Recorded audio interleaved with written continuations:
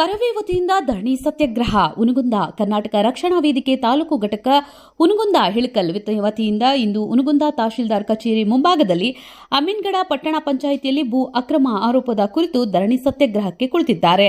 ಸ್ಥಳಕ್ಕೆ ಆಗಮಿಸಿದ ತಹಶೀಲ್ದಾರ್ ಪ್ರದೀಪ್ ಕುಮಾರ್ ಹಿರೇಮಠ್ ಅವರು ಆಗಮಿಸಿ ಧರಣಿ ಕೈಬಿಡುವಂತೆ ಹೇಳಿದಾಗ ನಮಗೆ ಸರಿಯಾದ ದಾಖಲಾತಿ ಸಿಗುವವರೆಗೂ ಈ ಸ್ಥಳ ಬಿಟ್ಟು ಕದಲುವುದಿಲ್ಲ ಎಂದು ಹುನಗುಂದ ಹಾಗೂ ಇಳಕಲ್ ತಾಲೂಕು ಕರವೇ ಅಧ್ಯಕ್ಷರಾದಂತಹ ರೋಹಿತ್ ಬಾರ್ಕೇರ್ ಮತ್ತು ಅಶೋಕ್ ಪೂಜಾರಿ ಅವರು ನುಡಿದಿದ್ದಾರೆ. ಇದೇ ಸಂದರ್ಭದಲ್ಲಿ ಜಿಲ್ಲಾ ಕರವೇ ಅಧ್ಯಕ್ಷರಾದಂತಹ ರಂಜಾನ್ ನದಾಫ್ ಹಾಗೂ ವೀರಣ್ಣ ಬಡಗೇರ್ ಮಾತನಾಡಿ, ನಮಗೆ ನ್ಯಾಯ ಸಿಗುವವರೆಗೂ ನಾವು ಧರಣಿ ಕೈಬಿಡೋ ಮಾತೇ ಇಲ್ಲ ಎಂದು ಎಚ್ಚರಿಕೆಯನ್ನ ನೀಡಿದ್ದಾರೆ. ಇದೇ ಸಂದರ್ಭದಲ್ಲಿ ಕರವೇ ತಾಲೂಕಿನ ಅಧ್ಯಕ್ಷರಾದಂತಹ ಅಶೋಕ್ ಪೂಜಾರಿ, ರೋಹಿತ್ ಬಾರ್ಕೇರ್ ಹಾಗೂ ಹುನಗುಂದ ಪ್ರಧಾನ ಕಾರ್ಯದರ್ಶಿಯಾದಂತಹ ಜಾಹೀರ್ ಸಂಗಮಕರ್ ಇಳ್ಕಲ್ ಹಾಗೂ ನಗರ ಉಪಾಧ್ಯಕ್ಷರಾದಂತಹ ಹಸನ್ ಕಲ್ಕಬಂಡಿ ಹಾಗೂ ಮೆಹಬೂಬ್ ರೇಷ್ಮಿ ಹಾಗೂ ಬಾಲನಗೌಡ ಗೌಡರ ಮಹಿಳಾ ಇಳ್ಕಲ್ ತಾಲೂಕು ಅಧ್ಯಕ್ಷರಾದಂತಹ ಶ್ರೀಮತಿ ಶೋಭಾ ಅರ್ಕೇರ್ ಇನ್ನು ಅನೇಕ ಕರವೇ ಕಾರ್ಯಕರ್ತರು ಉಪಸ್ಥಿತರಿದ್ದರು.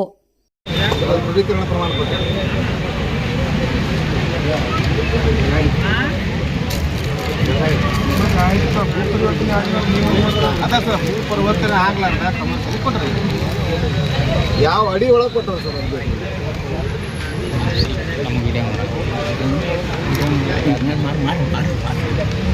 ನೀವು ತೋರಿಸ್ಬೇಕ ನಾವು ಬರ್ರಿ ಬರ್ರಿ ಹೆಚ್ಚು ಕಡೆ ಬರ್ರಿ ಅದ ಇಲ್ಲಿ ಬರ್ರಿ ಹೆಚ್ಚು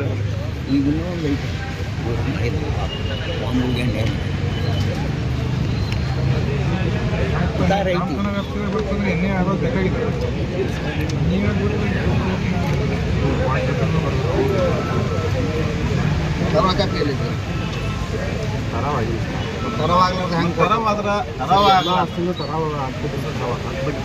ತರವಾಗ್ಲಾರ್ದ ಕಂದಾಯ ನಿರ್ಮಾಣಗಳಿಗೆ 12 ಮತ್ತು 70 ಜಾಗನ ಹೆಂಗೆ ಕೊಟ್ಟು ಯಾಕೆ ಆದ್ಮೇಲೆ ಕೊಟ್ರಿ? ಆದ್ಮೇಲೆ ಪರಿಸ್ಥಿತಿ ಏನಿತ್ತು ಅದನ್ನು ಕೇಳಾರ ನೀವ ಹ್ಯಾಪ್ತಿ ಒಳಗೆ ಬರೆದು ಕೊಟ್ಟರು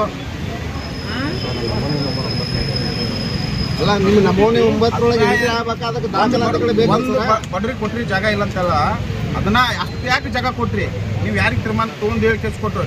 ನಿಮ್ಮ ಅಧಿಕಾರಿ ಮ್ಯಾಗ ಕೊಟ್ಟರು, ಏನು ನಿಮಗೆ ಗೊತ್ತಿಲ್ಲದಂಗೆ ಇನ್ನೊಬ್ರು ಕೊಟ್ಟರು? ಈಗ ನೀವೇ ಕೊಡ್ಬೇಕಂತ ರೂಲ್ಸ್ ಆಯಿತು. ಮತ್ತು ನಿಮ್ಮ ಮ್ಯಾಗ್ಲವ್ರಿಗೆ ಏನಾರು ಅಧಿಕಾರಿಗಳಿಗೆ ಮತ್ತು ಡಿ ಸಿ ಅವರಿಗೆ ಮತ್ತು ಯಾವ ವರ್ಷ ಆಗಿರೋದು ಇದು 87, 88 ಸಾಲ 87 ಬಿಫೋರ್ ನೋಡ್ರಲ್ಲ ಏನೋ ದಾಖಲೆ ಸಿಕ್ತು ಇಲ್ಲ ಅಂತ ಹೇಳ್ತಾರೆ ಸರ್. ಒಳ್ಳೆ ರೆಕಾರ್ಡ್ ತೊಗೊಂಬರ್ರಿ. ಈ ಮೂಲ ಜಾಗ ಯಾರ್ದು ತೊಗೊಂಬರ್ರಿ ಸರ್? ಹಳೆ ರೆಕಾರ್ಡ್ ತೊಗೊಂಬರ್ರಿ. ಅದು ಹಳೆ ರೆಕಾರ್ಡ್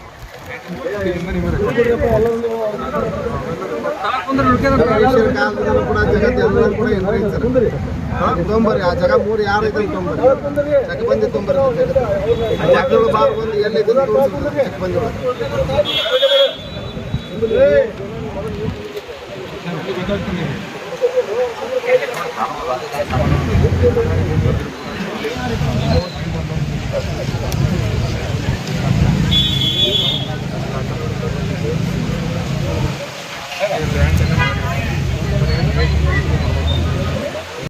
ನಮಸ್ಕಾರ. ಎಲ್ಲರೂ ಸ್ವಲ್ಪ ಜೋರಾಗೆ ಮಾತಾಡ್ರಿ, ಗಾಳಿಗೆ ಇದಾಗಲ್ಲ. ನಮಸ್ಕಾರ. ರೋಹಿತ್ ಬಾರ್ಕೇರ್, ಕರ್ನಾಟಕ ರಕ್ಷಣಾ ವೇದಿಕೆ ಹುನಗುಂದ ಅಧ್ಯಕ್ಷರು. ಇವತ್ತು ಹುನಗುಂದ ಹಾಗೂ ಇಳಕಲ್ ತಾಲೂಕಿನ ಕರ್ನಾಟಕ ರಕ್ಷಣಾ ವೇದಿಕೆಯ ಎಲ್ಲ ಪದಾಧಿಕಾರಿಗಳು ಸೇರಿ ಹುನಗುಂದ ತಾಲೂಕಿನ ಕಚೇರಿ ಆವರಣದಲ್ಲಿ ಪ್ರತಿಭಟನೆಯನ್ನು, ಧರಣಿಯನ್ನು ಪ್ರಾರಂಭ ಮಾಡಿದ್ದೀವಿ. ಕಾರಣ ಯಾಕಂತ ಹೇಳಿದರೆ, ಅಮೀನ್ಗಡ ಪಟ್ಟಣ ಪಂಚಾಯಿತಿಯ ವ್ಯಾಪ್ತಿಯಲ್ಲಿ ಬರ್ತಕ್ಕಂಥ ಆಸ್ತಿಯ ಕುರಿತು ನಾವು ಇವತ್ತು ಹೋರಾಟವನ್ನು ಪ್ರಾರಂಭ ಮಾಡಿದ್ದೀವಿ.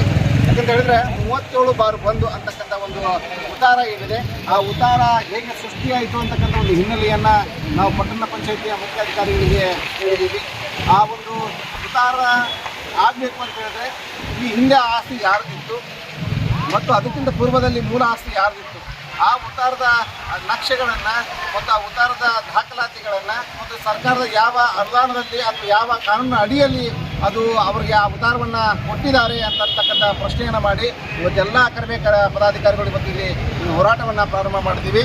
ಇದಕ್ಕೆ ತಕ್ಕನಾಗೆ ಪಟ್ಟಣ ಪಂಚಾಯತಿಯ ಮುಖ್ಯಾಧಿಕಾರಿಗಳು ಕೂಡ ಇಲ್ಲಿ ಬಂದು ಸ್ಥಳಕ್ಕೆ ಬಂದು ನಮ್ಮನ್ನು ಭೇಟಿ ಮಾಡಿದಾಗ ಅವರು ಕೂಡ ಈಗಿರ್ತಕ್ಕಂಥ ದಾಖಲಾತಿಗಳನ್ನು ಎಲ್ಲ ದಾಖಲಾತಿಗಳನ್ನು ತೋರಿಸಿದ್ದಾರೆ. ನಾವು ಅವ್ರಿಗೆ ಪ್ರಶ್ನೆ ಮಾಡ್ತಕ್ಕಂಥದ್ದಿಷ್ಟೇ, ಈಗಿರ್ತಕ್ಕಂಥ ದಾಖಲಾತಿಗಳು ನಮ್ಮ ಹತ್ರನೂ ಕೂಡ ಇದ್ದಾವೆ.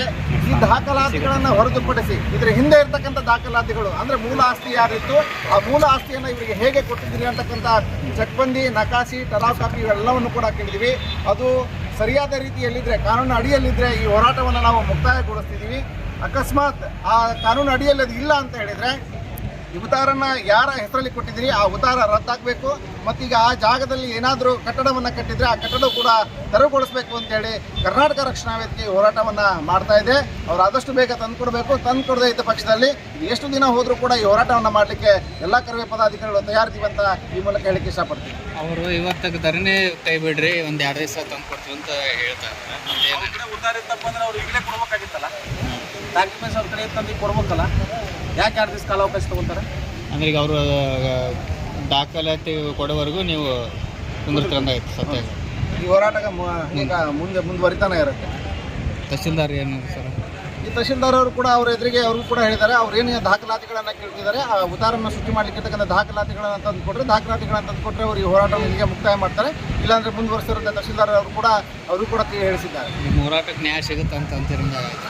ನ್ಯಾಯ ಸಿಗುವವರೆಗೂ, ನ್ಯಾಯ ಸಿಗಲಿಲ್ಲ ಅಂದರೂ ನ್ಯಾಯ ಸಿಗುವವರೆಗೂ ಕೂಡ ನಾವು ಹೋರಾಟವನ್ನು ಮುಂದುವರಿಸ್ತೇವೆ. Thank you. ನಮ್ಮೆಲ್ಲರ ಗುರುಗಳಾಗಿರ್ತಕ್ಕಂಥ ಸನ್ಮಾನ್ಯ ಶ್ರೀ ಕೆ ನಾರಾಯಣಗೌಡರನ್ನು ನಾನು ನೆನೆದು ಕರ್ನಾಟಕ ರಕ್ಷಣಾ ವೇದಿಕೆಯ ಹುಣಗುಂದ ತಾಲೂಕಿನ ಅಧ್ಯಕ್ಷರೇ, ಇಳಕಲ್ ತಾಲೂಕಿನ ಅಧ್ಯಕ್ಷರೇ, ಜಿಲ್ಲೆಯ ಪದಾಧಿಕಾರಿಗಳೇ, ಮಹಿಳಾ ಘಟಕದ ಪದಾಧಿಕಾರಿಗಳಿಗೆ ಇವತ್ತು ಕರ್ನಾಟಕ ರಕ್ಷಣಾ ವೇದಿಕೆ ಧರಣಿ ಸತ್ಯಾಗ್ರಹದ ಉದ್ದೇಶ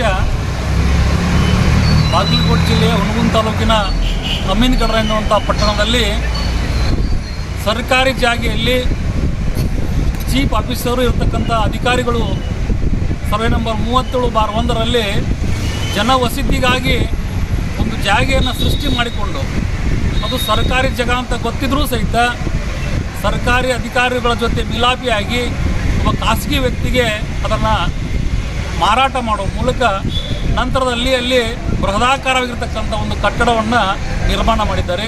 ಹೀಗಾಗಿ ಆ ಒಂದು ಕಟ್ಟಡದ ಹಿಂದೆ ನವಚೇತನ ಎನ್ನುವಂಥ ಒಂದು ಶಾಲೆ ಇರುವುದರಿಂದ ಬರುವ ದಿನಮಾನದಲ್ಲಿ ಆ ಶಾಲೆಗೂ ತೊಂದರೆ ಆಗ್ತಾ ಇದೆ.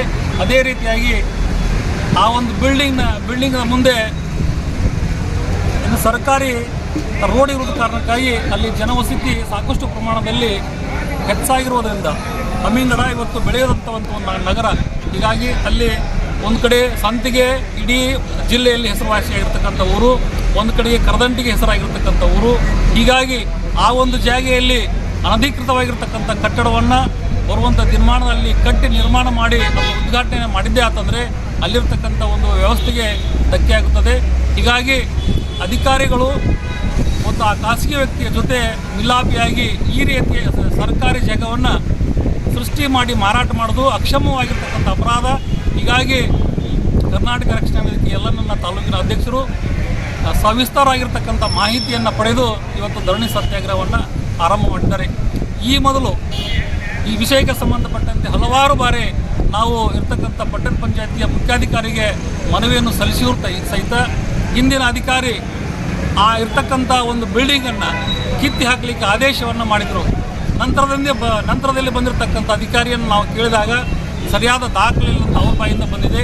ಹೀಗಾಗಿ ಬರುವಂಥ ದಿನಮಾನದಲ್ಲಿ ಸರಿಯಾದ ದಾಖಲೆಯನ್ನು ತೋರಿಸಿ ಇರ್ತಕ್ಕಂಥ ಅಧಿಕಾರಿಗಳೇ ಆ ಒಂದು ಕಟ್ಟಡವನ್ನು ತೆರವು ಮಾಡಬೇಕಂತೇಳಿ ಕರ್ನಾಟಕ ರಕ್ಷಣಾ ವೇದಿಕೆ ಒತ್ತಾಯ ಮಾಡ್ತಾ ಇದೆ. ಹೀಗಾಗಿ ಕರ್ನಾಟಕ ರಕ್ಷಣಾ ವೇದಿಕೆಯ ಕಾರ್ಯಕರ್ತರು ಹೋರಾಟ ಮಾಡ್ತಕ್ಕಂಥ ಸಂದರ್ಭದಲ್ಲಿ ನನಗೆ ಕರೆಗಳು ಬಂದು, ಹೀಗಾಗಿ ಇಲ್ಲ ನಿಮ್ಮ ಹೋರಾಟವನ್ನು ಹತ್ತಲಿಕ್ಕೆ ನಾವೆಲ್ಲ ರೀತಿಯಿಂದ ಸಿದ್ಧತೆಯನ್ನು ನಡೆಸಿದ್ದೇವೆ ಅಂತೇಳಿ. ಒಂದು ವೇಳೆ ಕರ್ನಾಟಕ ರಕ್ಷಣಾ ವೇದಿಕೆ ಇದು ಆರಂಭದ ಒಂದು ಹೋರಾಟ. ಬರುವಂಥ ದಿನಮಾನದಲ್ಲಿ ಬಾಗಲಕೋಟೆ ಜಿಲ್ಲೆ ಎಲ್ಲ ತಾಲೂಕಿನ ಅಧ್ಯಕ್ಷರುಗಳು ಹಾಗೂ ಜಿಲ್ಲೆಯ ಪದಾಧಿಕಾರಿಗಳು ಈ ಒಂದು ಧರಣಿಯಲ್ಲಿ ಭಾಗಿಯಾಗ್ತಾರೆ. ಕುಂತಿರ್ತಕ್ಕಂಥ ಯಾವುದೇ ಕಾರ್ಯಕರ್ತರಿಗೆ ಖಾಸಗಿ ವ್ಯಕ್ತಿಗಳು ಏನಾದರೂ ದಬ್ಬಾಳಿಕೆ ದೌರ್ಜನ್ಯ ಮಾಡಿದರೆ ಭಾರೀ ಪ್ರಮಾಣದಲ್ಲಿ ತಾವು ಕಷ್ಟವನ್ನು ಅನುಭವಿಸಬೇಕಾಗತ್ತೆ.